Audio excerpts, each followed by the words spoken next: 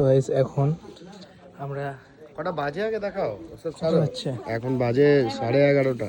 11:30 আর এখন আমরা পুঁতবো মানে কলা গাছ। কলা গাছ পুঁতবো। এই দেখো টবগুলো খুব সুন্দর সুন্দর ছোট ছোট সাইজের বেশ। এখান থেকে কলা গাছ নিয়ে এসেছি এই যে এমন ভাই বলছো হচ্ছে তুমি কেটে এনেছো। আমি নিয়ে ওখান থেকে নিয়ে এনেছি। ওখান থেকে এখানে এনেছে, ঠিক আছে। ভাত লাগবে ভাত লাগবে ভাত। তো এবার এইগুলোকে এখানে পুঁততে হবে, তার আগে মিষ্টি খেতে হবে। মিষ্টি খেতে হবে। এটা রিচুয়ালস কেন খেতে হয় মানে কারণ কি? মিষ্টি খাওয়ার কি বরণ করতে হয় অ্যাকচুয়ালি। তোমাদের কলা গাছ করতে গেলে পান সুপারি দিয়ে বরণ করতে না? না এটা তো বেটা না, এমনি দিয়ে দিচ্ছি। এমনি দিল ব্যাস ব্যাস। এখনই উঠিয়ে চলো বালি মারো। নিচ থেকে এইভাবে। নিচ থেকে উপর দিকে না না না নিচ থেকে উপরে তুলে না, আমাদের উপর থেকে তো হ্যাঁ হ্যাঁ আমি জানি না।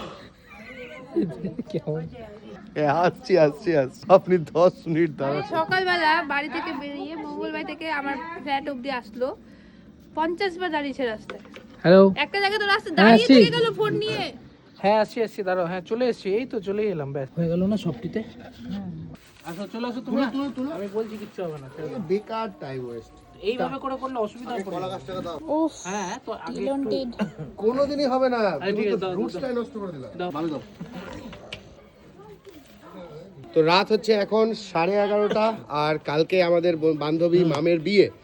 আর এখন আমরা করছি হচ্ছে কলা গাছ পোতার কাজ। আমরা না আমি আমরা করছি। ডিরেকশন না দিলে কিন্তু কখনোই কোনো কাজ হয় না।